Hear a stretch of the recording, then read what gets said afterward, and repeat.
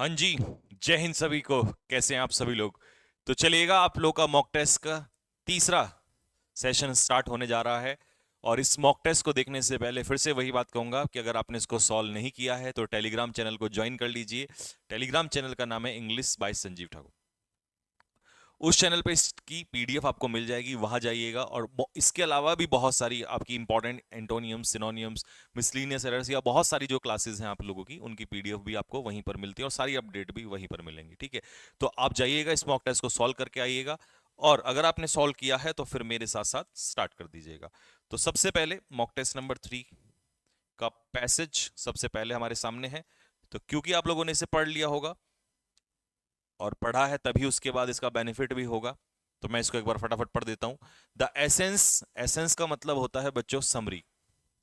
The essence यानी कि सार, डेमोक्रेसी का जो सार है, डेमोक्रेसी की जो समरी है, is the active participation of the people in government affairs. अगर सरकारी कामकाजों में लोग हिस्सा लेंगे तभी डेमोक्रेसी का कोई वैल्यू है। अदरवाइज लोग अगर सरकारी चीजों में, सरकारी डिसीजंस में, सरकारी कामों में एंटर करना बंद कर देंगे तो फिर उसकी कोई वैल्यू, कोई वर्थ नहीं है। Next, when the people do not participate, जब लोग पार्टिसिपेट नहीं करते हैं, व्हेन दे आर अनइन्फॉर्म्ड, या उन्हें कोई जानकारी नहीं होती है या वो इंटरेस्टेड ही नहीं होते हैं, when they can not and will not make their voices heard और फेल्ड, जब उनकी बातों को ना सुना जाएगा ना वो चीजों को सुनेंगे, यानी कि सरकारी चीजों में उनका सारा इंटरफेयर खत्म हो जाएगा। व्हेन इन शॉर्ट, जब अगर हम कहें कि शॉर्ट में, they default the spirit of democracy action will soon die, तो ये समझ जाइएगा कि जब उनका ये सब पार्टिसिपेशन जो है बंद हो जाएगा तो डेमोक्रेसी की जो स्पिरिट है वो खत्म हो जाएगी, फिर डेमोक्रेसी रहेगी ही नहीं। ठीक है, जब लोग सरकारी चीजों में इंटरफेयर करना बंद कर देंगे। But when the people individually and throw their institution, लेकिन जब लोग इंडिविजुअली का मतलब है सेल्फ, अकेले, जैसे मैं अगर सपोज करो मैं नौकरी करता हूं और मैं अकेला इंसान हूं, तो मैं अगर इंडिविजुअली गवर्नमेंट चीजों में एंटर करूंगा तब, या मेरा एक संस्थान है, मैं अपने संस्थान के सभी लोगों के साथ मिलकर गवर्नमेंट चीजों में इंटरफेयर करेंगे तब, तो इंडिविजुअली या through the institutions and organisations become active participant in the governmental activities, तब then we have that fertile soil in which democracy flourish, तब हमें एक ऐसी फर्टाइल सॉइल मिलती है, मतलब एक ऐसा प्लेटफॉर्म मिलेगा जहां पर डेमोक्रेसी करेगी, फ्लरिश करेगी, आगे बढ़ेगी, है ना। तो democracy is founded upon, democracy की स्थापना किस चीज के ऊपर होती है? उस फेथ, उस विश्वास के ऊपर, in the overall judgement and good sense of people, मतलब ओवरऑल जजमेंट होना चाहिए और लोगों की सेंस जो है वो अच्छी होनी चाहिए एज अ होल, पूर्ण रूप से। द मैजिक, ये magic lies not in the literal arithmetic, ये केवल मात्र कैलकुलेशंस में लाई नहीं करता है ऑफ मेजॉरिटी वोट, कि भैया ज्यादा वोट हो गए तो डेमोक्रेसी जिंदा, नहीं।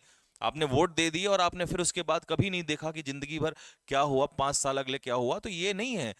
But in the often proven sense of what is wrong and what is right, कि भैया what is wrong and what is fair, कि सही क्या है, गलत क्या है, कौन तुम्हारे लिए सही कर रहा है, कौन तुम्हारे लिए गलत कर रहा है, ये सब जब आप जानेंगे इसके बाद आपको पता चलेगा कि एक्चुअल में डेमोक्रेसी तो वो होती है, सिर्फ वोट देने से नहीं होगा काम, कि आप ये देखें कि सही को दे रहे हैं वोट या गलत दे रहे हैं, ये नहीं कि बस मुंह उठाया और वोट देने चले गए, ऐसा नहीं। The essence of democracy lies in seeking the opinion of public on, ठीक है, हम लोगों का ओपिनियन ले, लेकिन किसके ऊपर लें? इसका मतलब जब हम सभी के बारे में सोचेंगे, यानी कि ऐसे मुद्दों के बारे में जो आज इस समय पर चल रहे हैं, तो दैट इज कंटेम्परेरी इश्यूज। तो कौन से ओपिनियन, किस मुद्दों के ऊपर ओपिनियन ले? कंटेम्परेरी इश्यूज, ठीक है, जो इस समय चल रहे हैं उन इश्यूज के ऊपर, ठीक है, तभी डेमोक्रेसी बनेगी। तो पहले क्वेश्चन का आंसर हो जाता है ए, ठीक है। According to the author, opinion means, यहां पर ओपिनियन का क्या मतलब निकल के आता है?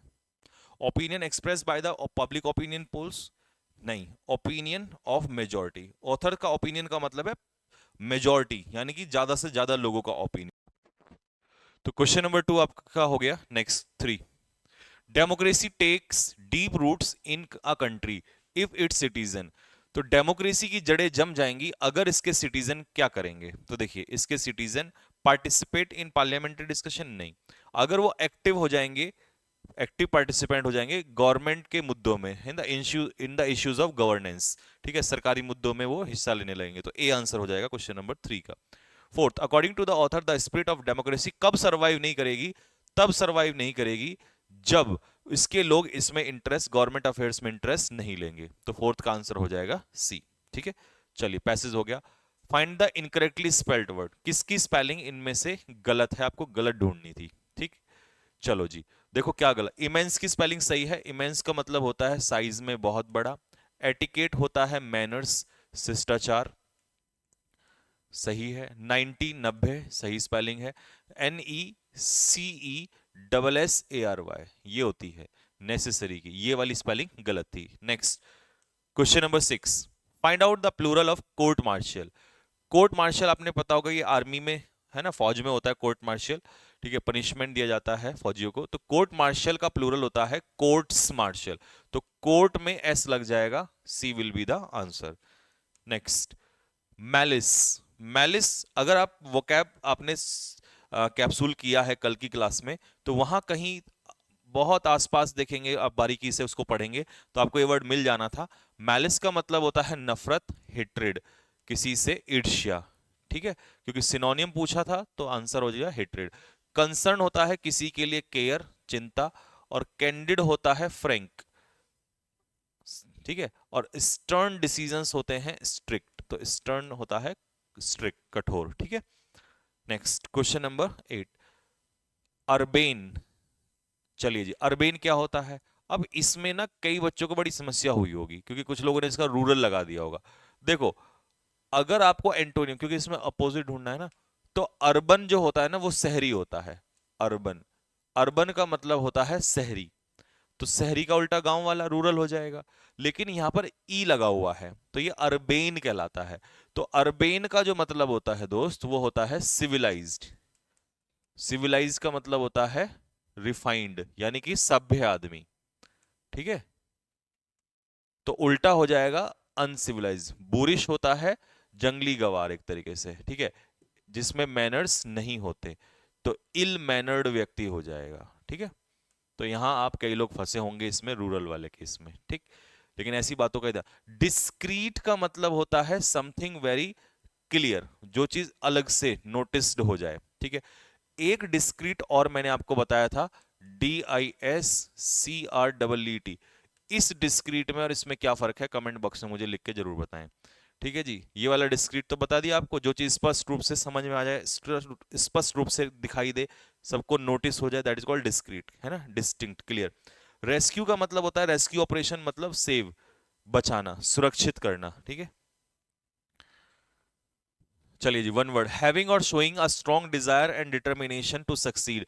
तो जब आपके अंदर किसी चीज में सफल होने के लिए एक बहुत बड़ी डिजायर होती है और उसके लिए दृढ़ संकल्प भी कर लेते हैं, तो आप कैसे व्यक्ति होते हैं उस समय पर।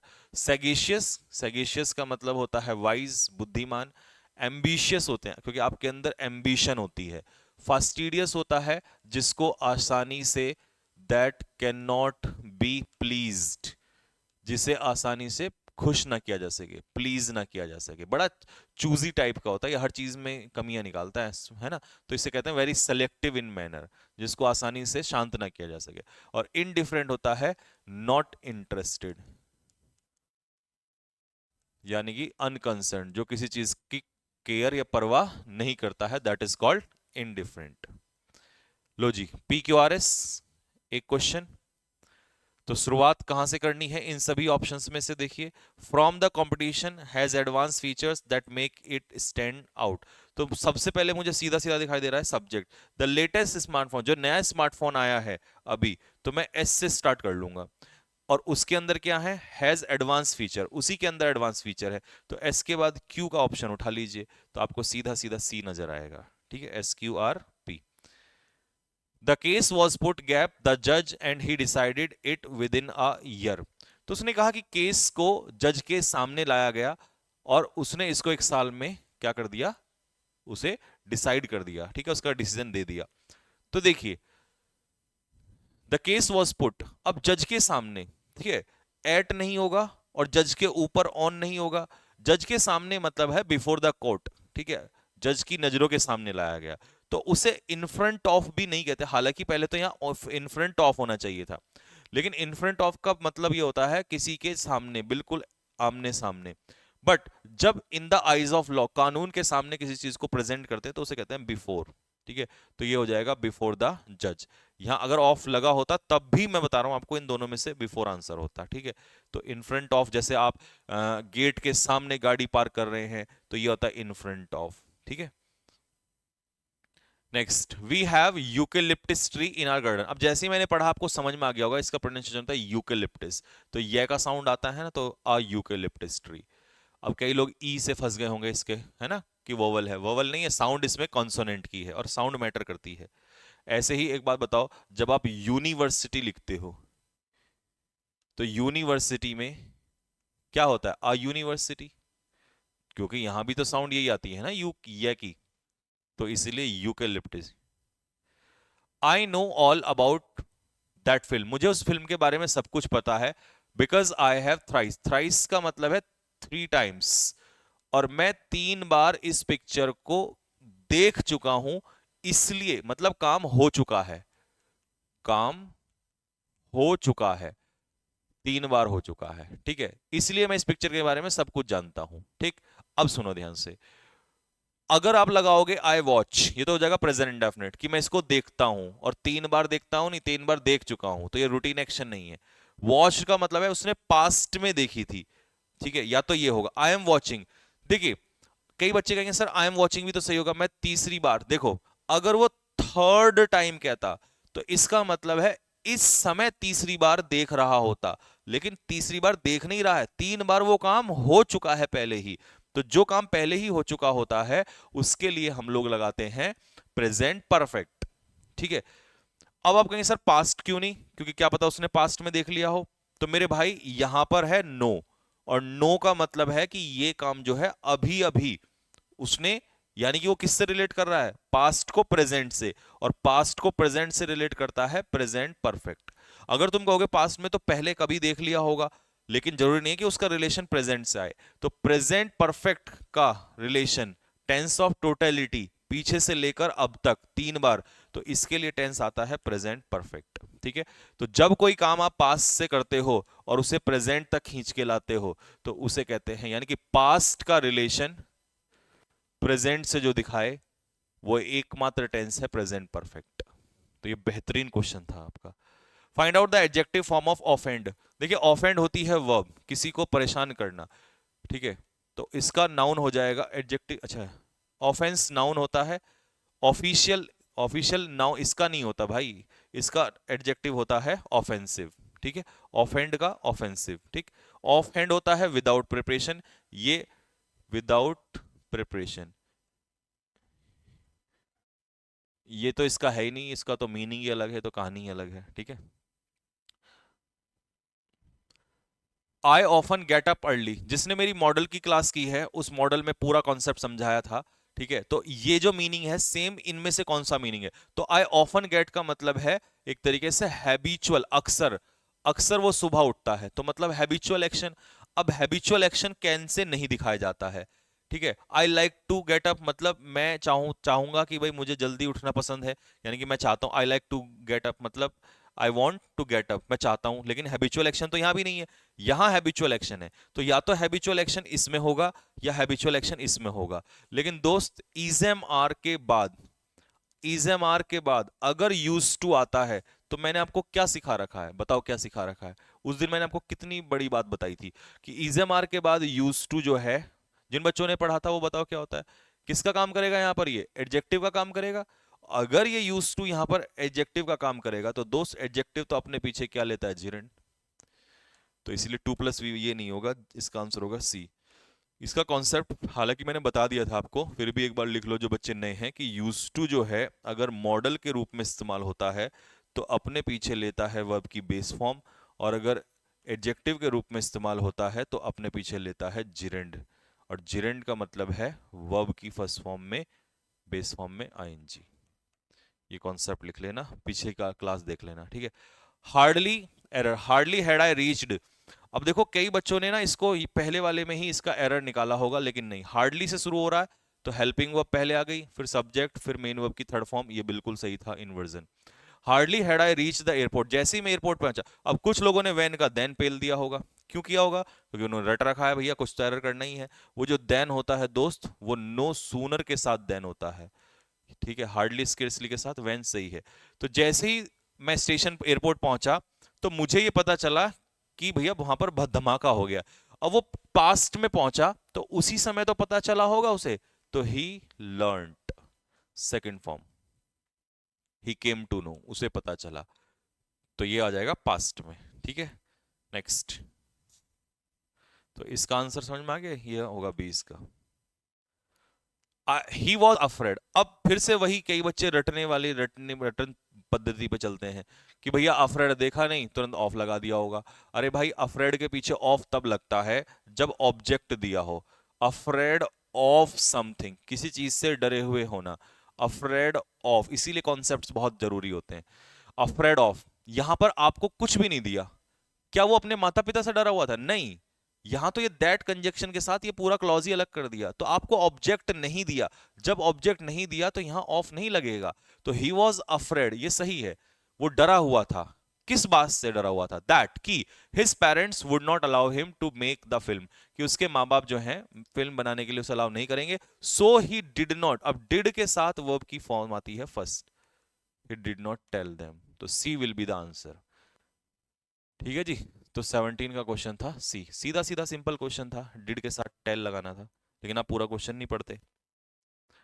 18, the teacher said to Mohit go to your seat and sit quietly, अपनी सीट पर जाओ और चुपचाप बैठ जाओ। इसका मतलब वर्ब की फर्स्ट फॉर्म से अगर ये स्टार्ट हो रहा है तो ये है इंपेरेटिव सेंटेंस, ठीक है। और इंपेरेटिव सेंटेंस की सबसे बड़ी पहचान होती है कि वहां कंजक्शन दैट नहीं लगता, तो ये तो गया। अब टीचर जो है मोहित से रिक्वेस्ट नहीं करेगा, ठीक है। अब या तो टीचर ऑर्डर देगा या उसको इंस्ट्रक्शंस देगा कि भाई वहां जाकर बैठ जा। लेकिन अब समस्या इसमें यह है दोस्त कि the teacher ordered Mohit to go to your seat नहीं होगा। यहां पर है योर सीट और यहां पर है हिज सीट। एक्टिव वॉइस में योर का मतलब है सेकंड पर्सन प्रोनाउन, यू से तो बना योर, और सेकंड पर्सन प्रोनाउन होता है ऑब्जेक्ट के अकॉर्डिंग चेंज, फर्स्ट पर्सन होता है सब्जेक्ट के अकॉर्डिंग चेंज। तो योर का हो जाएगा मोहित की सीट, और मोहित की योर सीट का योर सीट नहीं रहेगा, हिज सीट हो जाएगा। तो आंसर हो जाएगा बी।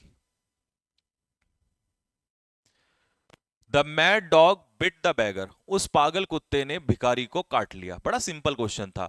अब सोचो डॉग कितना है, एक ही तो डॉग है, सिंगुलर है। अगर ये प्रेजेंट में होता तो ये बिट नहीं होता, पहले तो बाइट्स होता, ये होती है प्रेजेंट फॉर्म। तो बाइट की सेकंड फॉर्म बिट, तो ये पास्ट इंडेफिनिट हो गया, और पास्ट इंडेफिनिट में इज आता नहीं है। और डॉग वॉज बिटन, कुत्ते को काटने, कुत्ते को नहीं काटा, कुत्ते ने काट लिया, काटा तो भिखारी को गया, तो ये भी हट जाएगा। और बीइंग लगता नहीं है पास्ट इंडेफिनिट में, तो आंसर इसका हो जाएगा the beggar was bite bit bitten, काट लिया गया, ठीक है, C. And last question, to give a wide berth, इससे समझ जाना था वाइड बर्थ से, तो किसी से दूरी बना के रखना, टू मेंटेन डिस्टेंस, ठीक है जी। बिल्कुल एग्जैक्ट पैटर्न पे चल रहे हैं, ना टफ है ना आसान है, लेकिन सिली मिस्टेक करा रहे हैं ये मॉक टेस्ट, आपकी ऐसी तैयारी करा रहे हैं, आपको बता रहे हैं कि बेटा पेपर में आ जाओ, ऐसे बैठे मिलेंगे हम आपको, लेकिन इनसे लड़ के आओ आप, ठीक है। तो इसीलिए मॉक टेस्ट ऐसा बनाओ कि 4 लोग भी बोले भैया जाके करना है मॉक टेस्ट, तो वहां पर करो, ठीक है। तो इन मॉक टेस्ट को जिसने कर लिया उसको तो पेपर में नहीं लगेगा कुछ भी ऐसा कि यार ये नया आ गया वहां पर, ठीक है। तो चलिएगा, तो यहीं रखते हैं, अपना स्कोर बताइएगा कि पिछले वाले मॉक टेस्ट से कितना इंप्रूव हुआ, फर्स्ट से सेकंड में क्या चेंज आया और सेकंड से थर्ड में क्या चेंज आया। तो कमेंट बॉक्स में कमेंट जरूर करिएगा। न्यू स्टूडेंट चैनल को लाइक और सब्सक्राइब जरूर करिएगा, ठीक है।